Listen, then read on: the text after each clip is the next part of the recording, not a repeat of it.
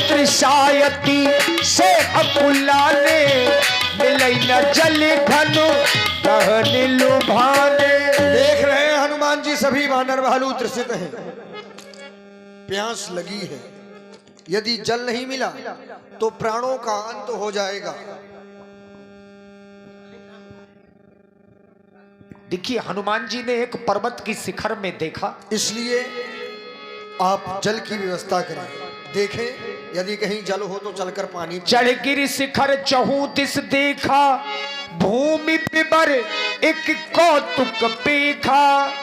हे जामंत जी, यहाँ सामने एक शिखर दिखाई पड़ रहा है और यहाँ पक्षियों की आवाज सुनाई दे रही है। हाँ, गुफा है पास में।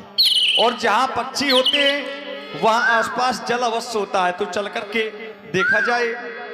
जाय दीख उपवन वर सर बिकसत बहुकंजो, मंदिर एक रुचिर तहाँ बैठी नारी तप पुंज। जय हो आपकी, जय हो। सभी वानर भालू ने प्रणाम करो। देवी हमारा प्रणाम स्वीकार करें। आप कौन हैं? हम कौन हैं, कहां से आए हैं, क्यों आए हैं, कब जाएंगे, सब बताएंगे, लेकिन हमें प्यास लगी है। प्यास लगी है? जाओ, मेरी कुटिया के पीछे सरोवर है, जय हो। जाकर अपनी तृषा शांत करो। फल भी लगे हैं, सदा भी शांत करना। दिव्य सरोवर है। मज्जन कीन मधुर फल खाए, तासु निकट पुनि सब चली आए। आपकी तृषा शांत हो गई? बिल्कुल। अब बताओ। हम बड़े आश्चर्य में पड़ जाते हैं जब आपको देख रहे हैं। क्यों? इस अंधेरे विवर में आप अकेली बैठी हैं, आभास करते हैं भगवान का भजन कर रही हैं। आखिर इस विवर में अकेले रहने का कारण क्या है? आप किसकी तपस्या कर रही हैं, क्यों कर रही हैं? मैं प्रभु की तपस्या कर रही हूँ। मेरा नाम स्वयं प्रभा है। हम दो बहनें थी। मेरी बड़ी बहन का नाम हेम प्रभा था। हम इंद्र के दरबार के अप्सराएं थे। मैं दानव नाम का राक्षस हम दोनों बहनों को हर कर ले आया। मेरी बड़ी बहन को ले गया, मुझे यही छोड़ गया। एक बार चंद्रमा नाम के ऋषि मिले, उनसे मैंने पूछा कि मुझे प्रभु श्री राम जी कब मिलेंगे। उन्होंने मुझे बताया कि त्रेता के चौथे चरण में जब प्रभु श्री राम जी के दूत आपको मिलेंगे, वही तुम्हें श्री राम जी का पता बताए। क्या आप वही हैं? बिल्कुल, हम उन्हीं प्रभु श्री रामचंद्र जी के सेवक हैं। माता श्री की जानकी जी की खोज में निकले हैं, लेकिन जिस मार्ग से इस गुफा के अंदर आए थे वो मार्ग दिखाई नहीं दे रहा। आपको ना दिखाई देगा, क्योंकि ये गुफा घूमती ही रहती है।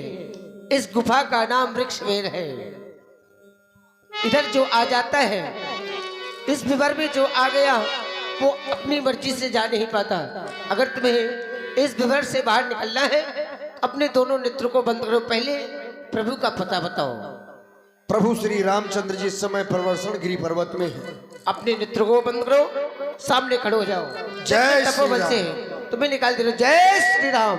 नयन मूंद पुनि देखहि बीरा, ठाढ़े सकलो सिंधु के तीरा। देखा हनुमान जी, आपने उस तपस्वी की तपस्या का प्रभाव हम सभी को सागर तट पर लाकर खड़ा कर दिया, लेकिन समस्या भी हल नहीं हुई। समस्या अभी भी है, अब तो और जटिल समस्या है, क्योंकि आगे जाते हैं तो जल में डूब के हमारे प्राणों का अंत हो जाएगा। पीछे जाते हैं तो महाराज सुग्रीव के द्वारा दंडित किए जाएंगे। दो बाट भई मृत्यु हमारी, दोनों तरफ मरना ही है। विचार करते हैं कि यदि मरना ही है तो पीछे जाने से कोई लाभ नहीं। यही विधि कथा कघई बहु भांति, गिरि कंदेरा सुनी संपाति। क्योंकि हार जाना बड़ी बात नहीं होती, हार मान लेना बड़ी बात होती है। यदि हार मान लिया तो फिर जीवन बेकार है, चाहे प्राणों का अंत ही क्यों ना हो जाए, लेकिन हम वापस नहीं जाएंगे। वाह, ये जटायु के भाई संपाति हैं। पंख जले होने के कारण यही निवास करते हैं। कितने सुंदर सुंदर बानर आज आए हैं। आहा, इन सबको खाऊंगा, मैं इन सबको खाऊंगा और इनसे सब खा करके अपनी भूख मिटाऊंगा। सुने बरसों से भूखा प्यासा हूँ। और आप हैं श्री रमजान मंसूर। बरसों से सुना भूखा आपने प्यासा हूं। इस पक्षी के वचनों को? वाह, राम तुम्हारी दुनिया में भांत भांत के लोग। एक वो पक्षी था जिसने परहित में अपने प्राणों का परित्याग कर दिया। आज हृदय कहने के लिए विवश है कि धन जटायु शम को नहीं। इस दुष्ट को देखो, खाने की बात कर रहा है। क्या कह रहे हो? मेरा भाई जटायु मारा गया? और क्या? मेरा भाई जटायु मारा गया। लेकिन तुम काहे रो रहे हो? क्योंकि मेरा भाई था जटायु। चलो नजदीक चलते हैं। आओ मेरे पास आओ, आ जाओ, आओ बैठो। सच में मेरा भाई मारा गया। विश्वास करो, वो तुम बहुत बहुत बुरा हुआ, बहुत बुरा हुआ। और आप हैं श्री कल्लू निशा। नहीं, बुरा क्या हुआ? भगवान के कार्य के लिए अपने प्राण दे दिए, ये तो बहुत अच्छी बात है। लेकिन वो मारा तो गया ना। मर तो गया भैया, लेकिन तुम काहे रो रहे हो? क्योंकि वो मेरा भाई था ना। क्यों? बेमतलब की बात करते हो। वो इतना बड़ा धर्मात्मा, तुम इतने बड़े कसाई हमें खाने की बात कर रहे हो। तुम्हारा भाई कैसे हो सकता है? नहीं, सत्य कह रहा हूँ, वो मेरा भाई था। भाई था? हाँ, अब तुम सोच रहे हो कि वो वहाँ रहता था। नहीं, मैं रहने से हमें कोई लेना देना नहीं। सुनो, हाँ। मैं आंसू निकल रहे हैं, हाँ। इसलिए विश्वास कर रहे हैं तुम्हारे भाई की आत्मा के शांति के लिए एक कार्य करते हैं। क्या? हनुमान जी बानरी गुस्सा दीजिए।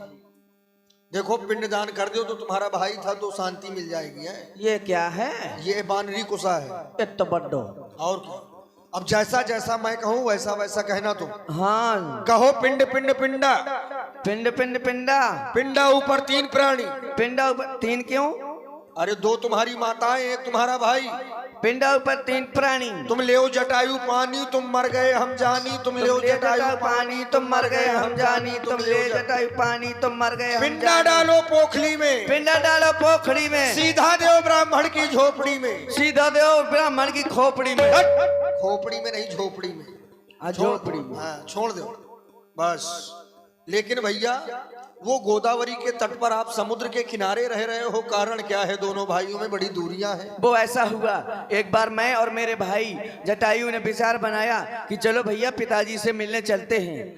हाँ, हमारे पिताजी सूर्यदेव के सारथी वरुण देव थे। तो हमने क्या किया, विचार बनाया और हमने चल दिया पिताजी से मिलने के लिए। हमने उड़ान भरी। वरुण देव की अरुण देव? वरुण देव। हमने उड़ान भरी और हम उड़ते उड़ते उड़ते उड़ते उड़ते उड़ते उड़ते उड़ते उड़ते पहुंच गए? नहीं, मुस्करा पहुंच गए। हैं? फिर हमने उड़ान भरी, फिर हम उड़ते उड़ते उड़ते उड़ते उड़ते उड़ते उड़ते उड़ते उड़ते उड़ते अब पहुंच गए हो? हाँ, अब हम इंग्लैंड पहुंच गए सीधे? हाँ, फिर हमने उड़ान भरी, फिर हम उड़ते उड़ते काफी नजदीक पहुंच गए। जब सूर्यदेव के नजदीक पहुंचे तो मेरे भाई जटायु को जलन पैदा होने लगी। सूर्य की किरणों से जल उत्पन्न होने लगी। तो मेरा भाई बोला कि भैया संपाति, क्यों ना अब यहाँ से लौट चलें। अब सूर्यदेव की किरणों की जलन मुझे सही नहीं जा रही। और आप अर्पित हैं साधुवाद। तो मेरा भाई जटायु वापस आ गया, लौट आया।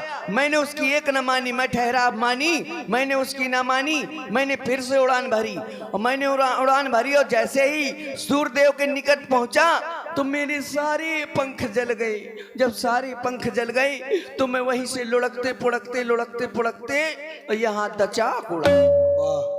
तब से यहीं पड़ा हूँ। तब एक बार क्या हुआ, चंद्रमा नाम के ऋषि आए। उन्होंने बताया कि त्रेता के चौथे चरण में तुम्हारे पास राम जी के दूत आएंगे, तब तुम्हारे पंख दोबारा से आ जाएंगे।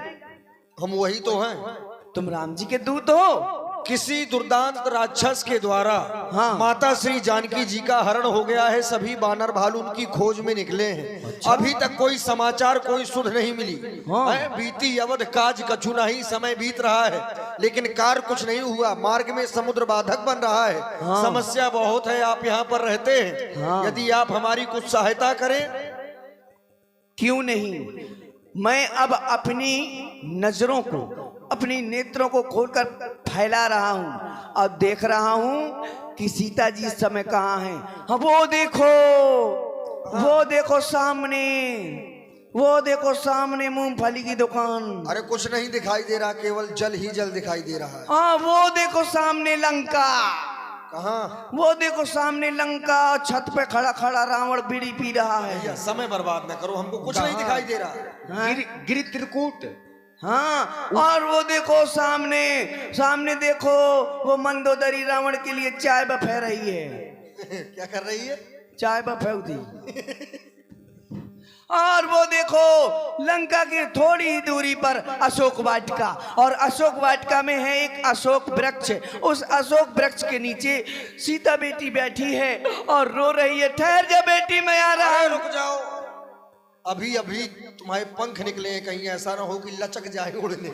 हाँ सत्य कह रहे हैं, लेकिन हाँ एक बात बताऊंगा कि अगर तुम्हारे सेना में कोई ऐसा वीर हो जो ये 100 योजन का समुद्र लांग करके लंका जा सके तो बेटी सीता की सुध जरूर प्राप्त होगी। और आप हैं आपको हृदय से साधुवाद है। और आपके लिए एक बात बता दें, आपके जो पिताजी हैं वो अरुण देव ही हैं, वरुण देव नहीं हैं। वो यऊ अरुण अवलोकहु ताता है, तो अरुण देव हैं। अब तुम चलो, ठीक? और राम जी कहाँ हैं? राम जी इस समय प्रवर्षण गिरी पर्वत में हैं, उनके दर्शन प्राप्त करो। हम भी कोई ना कोई मार्ग खोजते हैं। ठीक है, ठीक है, ठीक है। जय श्री राम। जय जय श्री राम।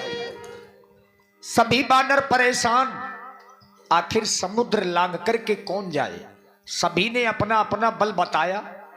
कोई कहता है जाऊंगा, लेकिन आने में संदेह है।